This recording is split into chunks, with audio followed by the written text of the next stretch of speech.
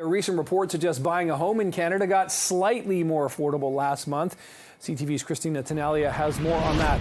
Slightly. How slight are we talking, Christina? About $5,000, which in markets like Toronto or Vancouver certainly helps. But you still need the number here, more than $200,000 to put a down payment on a home in Toronto or Vancouver.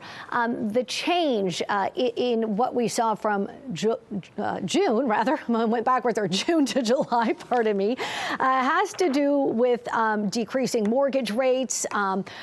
Also, there was a drop in the average home prices. And you just mentioned, of course, there are some upcoming interest rate announcements, one in September, October, and December. And previously, more recently, we saw a drop to the interest rate. So that certainly helps people with their mortgages. I want to share with you some numbers here.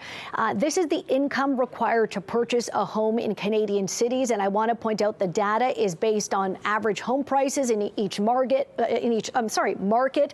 A mortgage with a 20% down payment and 25-year amortization, and about $4,000 each year in property taxes. So in Toronto, in June, you needed $214,000 in a down payment to purchase a home. In July, that went down to $208,000.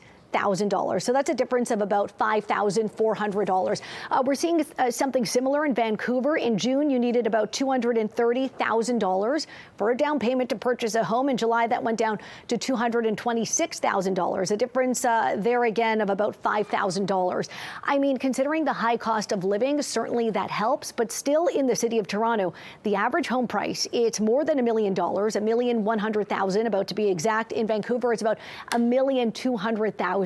And something I think a lot of young people talk about, certainly millennials, is, everything is more expensive. There is a cost of living crisis. Groceries are more expensive. It's more expensive to buy a home, but most people aren't getting, a $30,000 raise at work every year. So it certainly becomes challenging. There's been a lot of discussion, certainly across, national media. The Toronto Star had a story about this recently, about not even anymore the bank of mom and dad, but the bank of grandma and grandpa, helping out kids and grandkids with the high cost of living. I want to point out some of the markets in Atlantic Canada quickly, Nick.